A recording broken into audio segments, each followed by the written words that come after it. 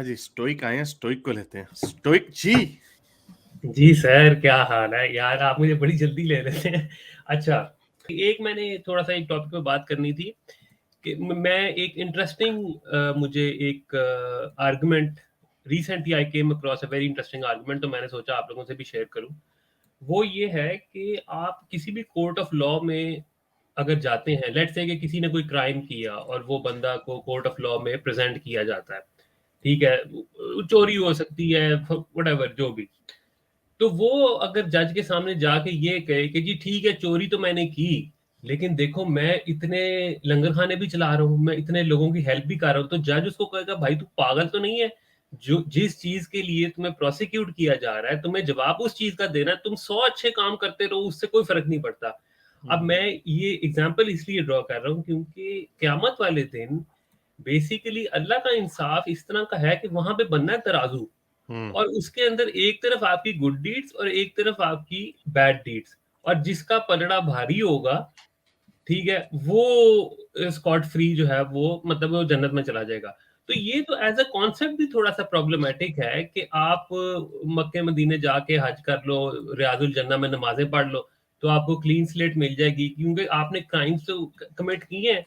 तो आपको उनका जवाब नहीं देना पड़ेगा एज लॉन्ग एज आपने कुछ अच्छे काम भी साथ साथ किए हैं। यानी कि you can basically lead double life, कि आप एक तरफ तो यानी कि क्राइम्स भी कर रहे हैं कुछ, लेकिन एज लॉन्ग एज आपकी जो नेकियां हैं सो कॉल्ड, वो अगर ज्यादा हो गई उस वट एवर वो जो भी उनका स्केल है, तो उसके अंदर फिर आपको उनका जवाब ही नहीं देना पड़ेगा। हालांकि दुनिया के अंदर हम ऐसा नहीं होता, दुनिया के अंदर आप 100 अच्छे काम करते वेरी रहें, गुड पॉइंट। लेकिन आपको प्रोसिक्यूट अपने क्राइम के लिए किया जाएगा। लेकिन हाँ, लेकिन ये भी मेरा ख्याल, आई डोंट नो एक्चुअली इसकी थियोलॉजी, शायद आप भी बड़ी इसको पढ़ते हैं, maybe I don't know if Ghalib has anything to add on that.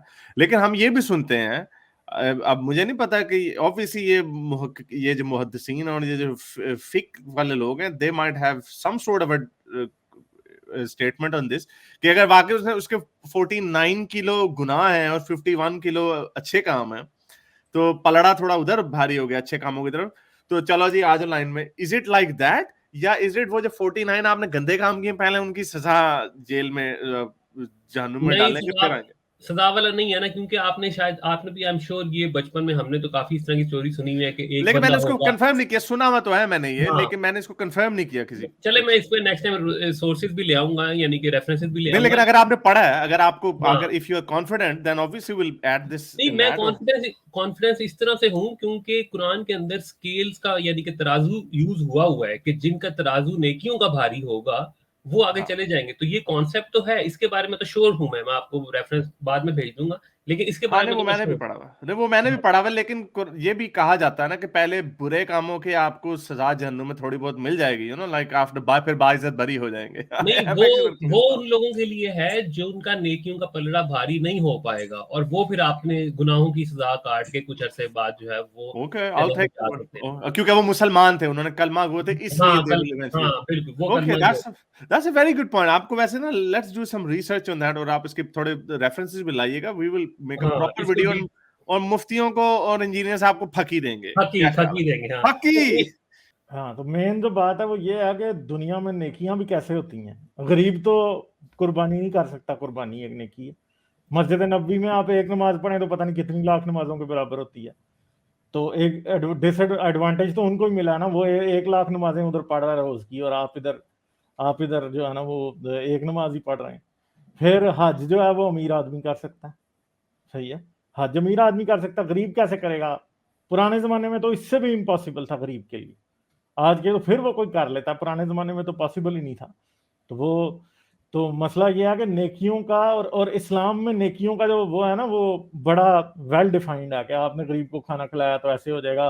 आप रोजा आपसे रोजा ना रखा जाए, आप गरीबों को खाना खिला दें, आप फलां मसला है तो आप ये कर दें वो कर दें। तो हर जगह पैसा इन्वॉल्व है। अमीर आदमी जो है उसकी बख्शिश भी बड़े आराम से हो जानी है, गरीब की नहीं होनी। तो इवन के जब मैं इसे इन कंट्रास्ट विद क्रिश्चियनिटी देखता हूँ, तो पोप वगैरह जो थे वो भी सर्टिफिकेट बांट रहे थे, सही है। मगर इस, और ये कहते हैं कि पोप सर्टिफिकेट बांटते थे तो बड़ा गलत था, मगर अपने यहाँ भी तो यही है ना। मस्जिद नबी में नमाज पढ़ोगे तो इतना है, हरम मक्का में पढ़ोगे तो इतना है, ठीक है।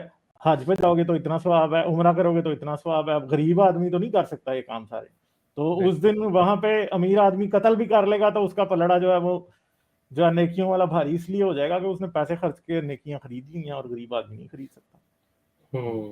बिल्कुल सही बात है। और इसमें ये भी बात हम देख सकते हैं कि जन्नत के अगर सरदारों की बात की जाए तो जवानों के सरदार हजरत इमाम हसन, हजरत इमाम हुसैन, जन्नत की औरतों की सरदार वो हजरत फातिमा, ठीक है, और जवानों के सरदार हजरत अली।